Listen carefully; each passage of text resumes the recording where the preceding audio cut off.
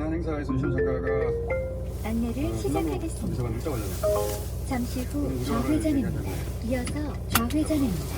GPS가 연결되어 있습니다. 잠시 후에 보고하고 우선 지난주 TV상 1주 이어 이번 주는 내란 전담 재판부 특검 2기가 구체적으로 이제 논의가 될 테니까 그 얘기부터 먼저 합시다. 그리고 나서 유시원 작가 돌아가는 거예요. 자, 내란 전담 재판부에 대해서 대통령실이 어제 입장을 내놨죠? 그렇습니다. 어제 용산에서 열린 이재명 정부 6개월 성과보고 간담회에서 우상호 정무수석은 당과 대통령실은 내란 전담부를 추진하는 데 생각을 같이 하고 있다고 말했습니다. 정선 좀 봅시다. 내란 전담 재판부를 추진하는 데 원칙적으로 생각 같이 한다. 다만 위헌 소지가 최소화될 수 있는 범위 내에서 추진한다는 정도의 공감대는 형성되어 있었다. 자, 특정히 이제 법무부 포함되면 위헌 소지 그렇게 다툴 여지가 있다는 혁신당 잠시 후 언덕마을 방면으로 민당내에서도 좌회전입니다. 여러 의견이 있어서 의총을 진행하니까 1km 배안경로 분기점이 있습니다. 그런 가능성도 없지 않은데 그런데 내란 전담 재판부 추진 자체는 변함이 없어요. 그리고 이런 말도 덧붙였어요. 앞으로의 법률안도 지켜본다.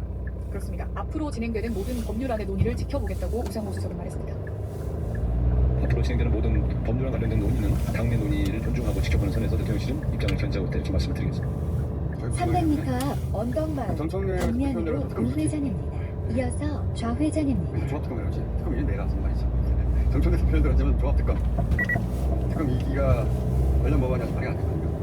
그러니까 그래 특검 2기를 먼저 말할 수는 없지만 그걸 기다린다는 말을 정치적으로 표현한 거예요. 네.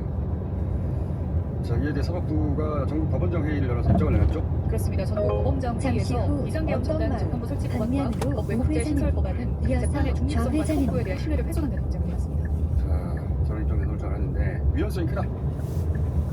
이거는 전시도 사례도 아닌데 윤석열 개헌을 선포했을 때 그때 했었어야죠.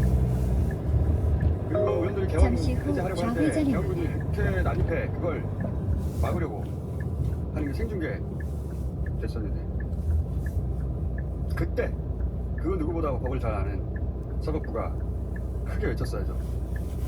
저렇게 하는 건 위헌이라고. 근데 그때는 오히려 개헌의 합법성을 추인해 주려고 했던 거 아닙니까? 그날 12시 46분 조선일보 기사 보면은 계엄사령관에게 사법권을 준다는 거 아니에요? 그리고 계엄사령관 지시에 따르겠다는 거 아닙니까? 위헌성이 크다는 건 저때 외쳤어야죠. 그리고 재판의 중립성, 이 말은 조희대 대법원장이 파기환송으로 이재명 후보 날려버리고 대선에 직접 계획하라고 했을 때 그때 사법부의 판사들이 다 같이 외쳤어야 하는 말 아닙니까? 파기하고 수사권을 서울 고등법원에 저때 외쳤어야지. 재판의 중립성. 그 내란 주 피의자들 영장이 전부 기각되고 최혜병 영장 기각률 90% 이러고 그럴 때 사법부 내 누군가는 외쳤어야지. 재판의 중립성. 사법부 신뢰 훼손도 마찬가지예요. 이 말은 지경 판사가 윤석열을 탈옥시켰을 때 전 국민이 벙찐 저 장면을 무기력하게 지켜봤는데 우리 모두가 그때 절대다수 판사가 이게 말이 되냐고 사법부 신뢰 훼손된다고 했었어요.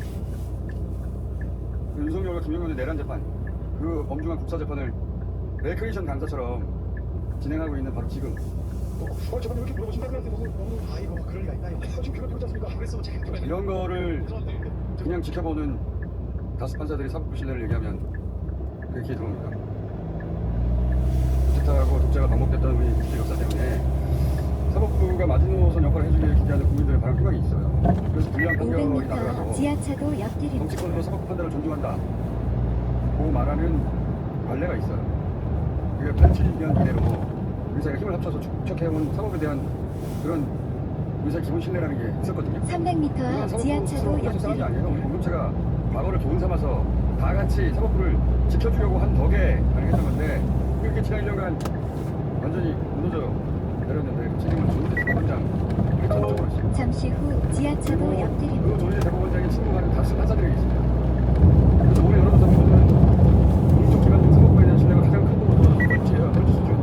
이게 올해가 되죠 아마. 작년까지만 해도 항상 헌재하고 비상을 헌재 다음으로 못 봤어요. 작년에도 헌재 다음으로 못 봤어요. 사법부는 이 바로 이 신뢰의 상실을 어떻게 할수 있을지. 500m 앞 회전 교차로에서 2시 근데 방향입니다. 그러면 이제 마치 책이 잘 써. 이동부가 자기를 괴롭힌다는 식으로 계속 반응하고 있어요. 애들도 아니고. 300m 앞 회전 교차로에서 이러면서 2시 신뢰를 방향입니다. 잃었다는 걸 누구 인정을 안 하는 거야.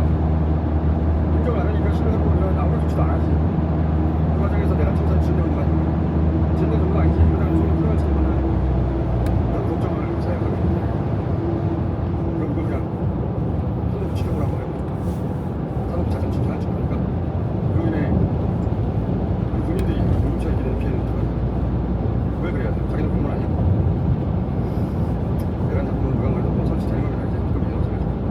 이 계엄을 누가 언제 어떻게 기획했고 누가 언제 어떻게 체포명단을 작성했는지 그런 가장 기초적인 것조차 벌써 내가 1년이 지났는데 아직도 몰라.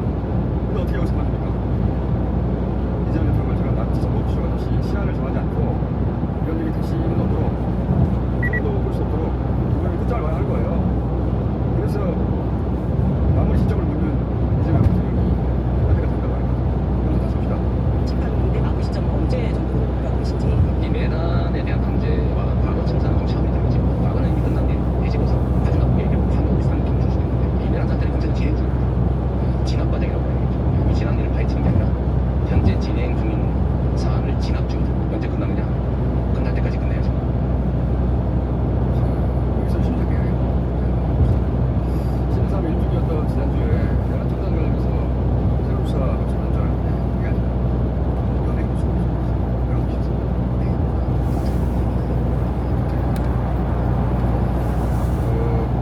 이번 주부터 다시 내란과 북한이 관련 뉴스로 저희가 달리긴 하겠지만 그 전에 이 지난주에 이 현상에 대해서 좀 짚어봐야 되겠죠. 이게 제 직업병인데 이런 시기에 공교롭게도 대중연예 관련 뉴스가 많으면 예사롭게 보이지 않는 제 직업병이 있습니다. 그 직업병이 아니어도 이상했죠. 과거 이명박 시절부터 예를 들어 이명박이 안 그랬으면 500m, 70km 과속 단속 구간입니다. 갑자기 이런 정보 대중연예 뉴스가 불안한 프레임으로 짚어지는 느낌 있었어요. 예를 들면 서태지 씨 500m 오른쪽 도로입니다. 대중의 관심과 시선을 주요 하나로부터 단박에 앗아가는 그런 주의 분산 시선 교란용으로 의심되는 뉴스가 잠시 후 70km 과속 단속 구간입니다. 300m 앞 오른쪽 선수들이 도로입니다. 작업해서 기자들이 tos해주는 것이다라고 저는 의심합니다. 이런 실제 있었는데 기억하실 잠시 후 오른쪽 도로입니다. 그런 기사가 있었어요. 몇 년 전에 10년 된 것 같은데 기자가 그 독사를 300m 앞 우회전입니다. 어제 기사였어요. 저는 그 기사 보자마자 아 이건 선수들의 작업이다. 라는 직감이 왜냐면 그 기자가 잠시 후 실제 이야기가 우회전입니다. 사람이었어요. 기사를 바로 알았어요. 얘기한 건적 없죠. 영화처럼 그렇게 간단하지가 않아요. 영화는 뭐 간단하잖아요. 근데 실제 누군가를 위해 한다고 진짜 어려운 일입니다. 해본 사람이 하는 얘기예요. 특히 해외에서 촬영을 이용해서 하는 여행은 아주 어려운 거예요. 자, 예를 들어 봅시다. 기숙사들이 런던에서 만나기로 한 걸 어떻게 알아보십시오. 그래서 파파라치 따라오게 됐던 차. 우선 런던에 내려서 교통수단을 뭘 이용한 차례. 현지에서 누군가 차량이 마중 나올지. 500m 앞 회전 교차로에서 경기도 사격장 양감면사무소 방면 12시 방향입니다. 어제만 쓰시고 가장 빠른 고속기차 탈지. 역 바로 앞에 호텔이야. 그거 어떻게 알아요? 그냥 뒤만 쏘는 거죠. 몰라요. 예를 들어서 차량으로 갈 줄 알고 차량을 빌렸는데 기차 타면 그 차량 그럼 길에 버리고 갑니까? 300m 앞 회전 교차로에서 경기도 사격장 양감면사무소 방면 12시 방향입니다. 설사 주차장 주차를 안 한다고 해도 그 차량 바로 뒤에 붙는다는 게 실제로 굉장히 어려워요. 해보면 압니다.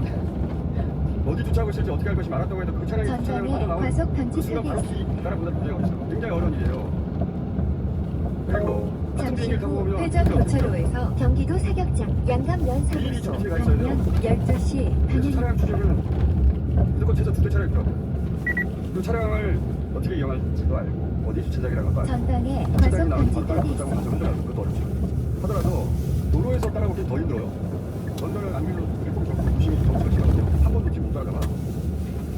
운전하면서 자기가 사진 찍을 수 없잖아요. 2대면 최소 4명이 필요해요. 다음 안내까지 그리고 그 차를 직진입니다. 타고 따라갔다고 해도 설사 차가 호텔에 도착하는 듯이 이미 체크인이 돼서 방으로 바로 올라가면 사진 언제 찍어요? 그럼 그 모든 경비 다 날리는 거예요. 그러니까 호텔에 꼭 미리 가 있어요. 그 세팅 필요하죠.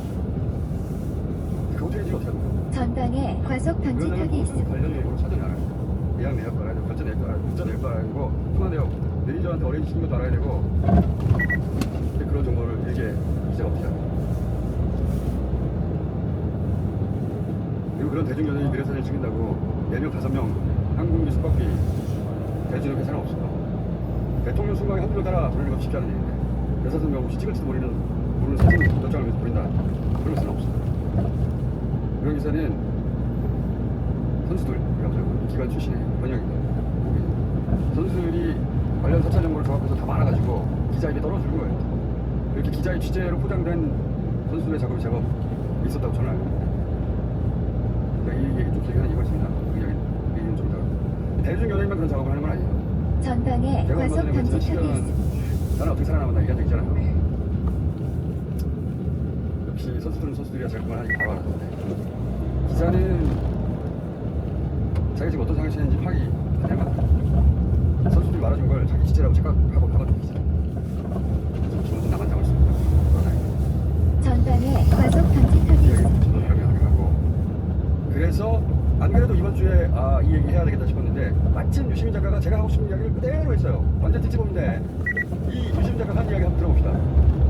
이게 되게 비극적인 건데 대통령실은요 재래 언론만 상대해요. 최근에 한 2군데 이제 온라인 매체가 들어가긴 했지만 재래식 언론사에 속해 있는 재래식 기자들하고만 소통합니다. 일반 국민들은 그걸 거의 안 봐요. 지금 거의 30km 뉴미디어 신호 위반 과속 일반 단속 시민들과 구간입니다. 국가 권력을 실제로 행사하고 있는 그 집단이 처해 있는 미디어 환경이 너무 많이 달라요. 저는 몹시 위험하다고 봐요. 그러니까 우리가 하는 모든 통화, 우리가 주고받는 모든 메시지 이것이 전부 전방에 도착되고 과속 있다고 생각해요. 방지턱이 있습니다. 조선일보나 이런 재래식 언론 기자들에게 다 들어간다고 생각하고 해야 돼요. 잠시 내가 하고 후 있는 모든 말, 어린이 보호 내가 하고 있는 모든 행동, 제한 모든 속도를 메시지가 준수하세요. 내일 아침에 어떤 이유 때문에 갑자기 만천하에 공개된다 하더라도 나는 아무 문제가 없어. 나는 당당해. 법적으로 문제 없고 도덕적으로 떳떳해. 이렇게 확신할 수 있는 법위에 살아는 거예요. 위험합니다. 네, 그 점을 저는 진짜 공개적으로 경고를 드리고 싶어요. 전방에 과속 말 방지턱이 행동 있습니다. 주관 메시지 다 들여다보고 있다고 생각해요. 잠시 후 만천하에 30km 신호 공개돼도 위반 말과 행동을 과속 해요. 단속 구간입니다. 당신이 공직자라면 정치인이라면 보수가 당신을 노리고 있다고 생각하면 이건 유시민 작가의 평상시 지론이기도 해요. 그래서 유시민 작가는 그런 텔레그램도 설치를 안 해요. 왜냐하면 비밀이 유지된다고 생각하는 메신저가 있다면 그거 믿고 할 말 못할 말 그런 방심을 하게 될 수도 있잖아요. 그래서 자기 자신에게 그런 비밀을 주지 않으려고 텔레그램 설치를 아무리 하라고 해도 안 합니다. 자기 자신에게 안 철저한 거죠. 텔레그램이 없으니 한 거지. 그냥 일반 문자밖에 안 합니다. 그런 사람이 요새 어디 있어요. 제가 주식도 코인도 부동산도 절세도 안 하고 술도 안 먹고 지난 10년만 지낸 것과 같은 맥락에 자기만의 코드를 지키고 있는 거라고 저는 얘기하는데 그런 유시민 작가가 볼 때 국회 압도적 다수당이면서 대선에서 승리했고 그리고 내란 사례를 상대하며 도덕적으로 우월한 지금이 이재명 정부 인사들, 민주당의 인사들에게 가장 위험한 데다. 저는 동의합니다. 방심하는 순간 그런 작업이 들어갑니다. 제가 예로 들어. 왜냐면 내란 세력은 그렇게 해서 다시 돌아올 수 있다고 지금 믿고 있거든요. 윤석열, 김건희 다시 돌아올 수 있다고 믿어요. 국힘 지도부 그럴 수 있다고 믿고 있고 조희대 사법부의 고위 판사들 그렇게 믿고 있는 건 아닌가 의심스럽고 그래서 특히 지금부터 지방선거가 용사는 아니지 이제 청와대 이사한다고 그랬죠. 네, 크리스마스 전쯤으로 해서 이사 마무리됐다고. 그래요? 그렇게 순서까지? 이것도 있습니까? 이제 대통령실은 용산 시대를 뒤로하고 대통령이 원래 있어야 할 곳 청와대로 이전하겠습니다. 크리스마스쯤이면 이사가 마무리될 것으로 예상됩니다. 자 그러면 청와대와 민당의 핵심 인사들이 정신 똑바로 차려야 합니다. 그래서 저는 유시민 작가의 말에 100% 동의합니다. 참고로 김남국 비서관 관련해 대통령실이 내놓은 입장이 어제 이렇게 있더군요. 네, 이것도 짧게 봅시다. 올라온 거예요. 공직기강을 통해서 저를 포함해서 김남국 전 비서관, 김현지 실장의 조사와 감찰을 실시했으며 실시 결과 김 전 비서관이 관련 내용을 전달하지 않았다는 것을 확인했습니다. 자, 말과 문자와 행동을 다 각별히 지금부터 지방선거 때까지 각별히 중요해요. 자, 그 외 어제 참모들 기자회견에서 나온 이야기 중에 두 가지 핵심을 간단히 짚어넘어봅시다. 부동산 추가 대책 예고했죠. 그렇습니다. 강훈식 비서실장은 11호 대책이 일종의 도입이었고 시장 안정을 위한 추가 대책을 예고했습니다. 뭐 한 말씀 잠깐 들어봅시다. 부동산 가격을 안정화시키는 정책적 준비는 다 되어 있습니다. 타이밍을 북한과는 대화 재개하겠다고 했죠. 네, 이성락 안보실장은 북한과 대화책을 추진한다고 했습니다. 북한과의 대화 재개를 추진하여 한반도 평화 공존 프로세스를 본격화하겠습니다. 저와 관과 함께 중국에서 볼 건 미국에서 지난 4일이었던가요? 발표한 새 국가안보 전략이라는 게 있어요. NSS라고 저희들끼리 하는데 여기서 북한 비핵화 얘기가 없습니다. 트럼프가 북한을 만나겠다는 거죠. 북한 이야기가 빠졌고 가장 큰 변화가 중국에 대한 미국 입장이 바뀌었어요. 원래 미국은 오바마 때부터인데 중국을 가장 큰 위협으로 간주하고 때려잡는 게 제1의 외교안보 전략이었거든요. 미국에. 이기조는 민정공화당 모두 일관되게 저는 10수년간 유지해 왔어요. 트럼프 일기 때도 그랬고 트럼프 일기 초반에도 그랬거든요. 그런데 이제 미국의 제1 적국이 중국이 아닙니다. 이 새로 발표된 NSS예요. 적대적인 남북관계에서 경제적 이해관계로 전환했어요. 이익이 되면 같이 갈 수 있다는 거예요. 500m 완전히 10시 일본 방향입니다. 나카이 총리는 완전히 잘못된 거예요. 일본이 아니라 한국을 동맹의 모범 모델로 지금 재밌는 대목입니다. 한국 폴란드를 동맹 300m 앞 10시 우리가 방향입니다. 알던 미국 1급 체제 세계 질서는 사라지고 있습니다. 국제 정세가 아주 크게 요동치고 있습니다. 그런데 이런 가운데 갑자기 우리 뉴스의 큰 트렌드를 연예인 뉴스가 차지하고 있잖아요. 그리고 내란 1년인데 이상하죠. 잠시 후 10시 방향입니다. 자, 오늘 일단 여기까지 해야 되겠습니다. 딱 30분에 오늘 고라나 한 말이 별로 없었는데 근데 본인이 배우를 했기 때문에 그런 뉴스들이 크게 와닿을 테겠죠. 그렇죠. 그렇죠. 재작년에 그랬을 것 같은데 그런 뉴스들이 있었잖아요.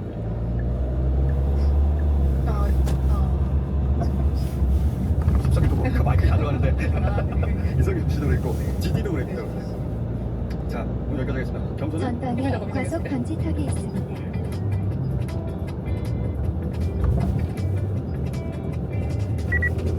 우회전입니다.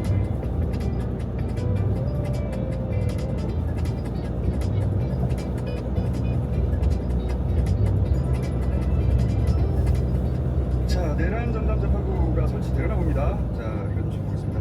민주당의 김승원 나오셨습니다. 박지민 의원 나오셨습니다. 300m 우회전입니다.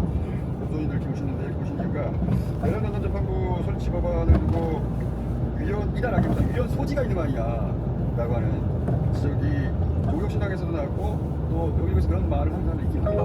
잠시 후 판사 출신이신 우회전입니다. 김승원 의원은 저는 조희대 사법부가 왜 이렇게 세게 반발하는지 그 이유를 알 수가 없고요. 조윤 사법부는 아예 뭐 둘 다 냈는 네, 네. 판사 의견을 모은다는 핑계로 12월 4일 아침에 판사들한테 메일을 보내고 그날 6시까지 의견을 듣다. 그래서 조목조목 하나하나를 짚어주고 당연히 이제 뭐 거기 반대 의견 하겠습니다. 그러니까 반대 의견 되겠죠.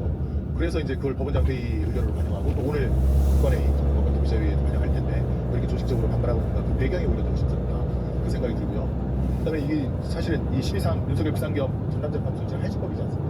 요 사건에 한해서만 500m 지금 50km 신호 위반 과속 단속 구간입니다. 그다음에 군사법은 또 따로 500m 그린테크 산업단지 방면으로 좌회전입니다. 판사를 직접 뽑겠다는 거 아니고 또 뽑겠다는 것도 아니고 추천위원회를 만들어서 그것도 2배수를 넣어서 결국 300m 앞 그린테크 산업단지 방면으로 그런 좌회전입니다. 말씀드려요. 박조민이라고 합니다.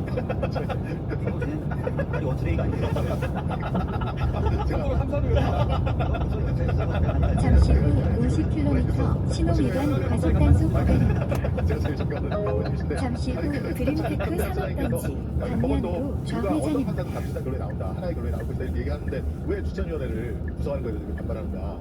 저는 그 배경을 의심하지 않을 수 없습니다. 갑자기 이름이 생각 안 나는 순간부터 그 스타일이 좀 변하셔가지고 그 스타일 너희 거울 보고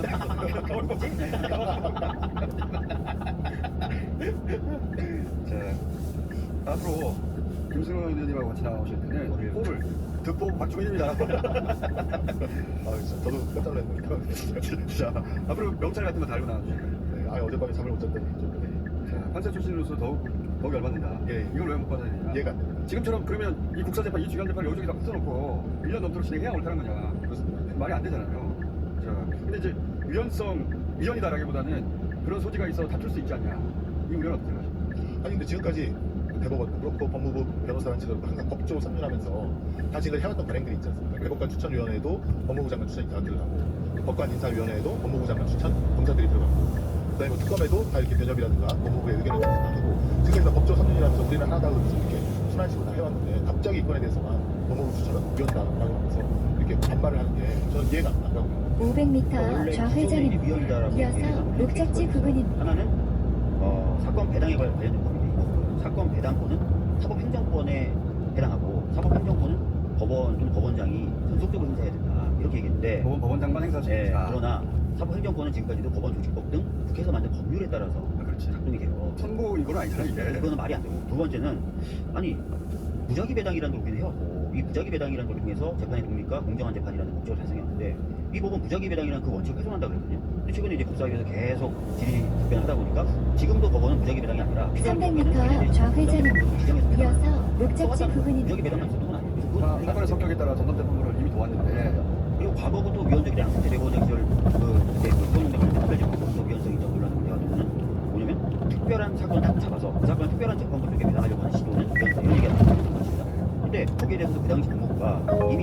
잠시 후 좌회전입니다.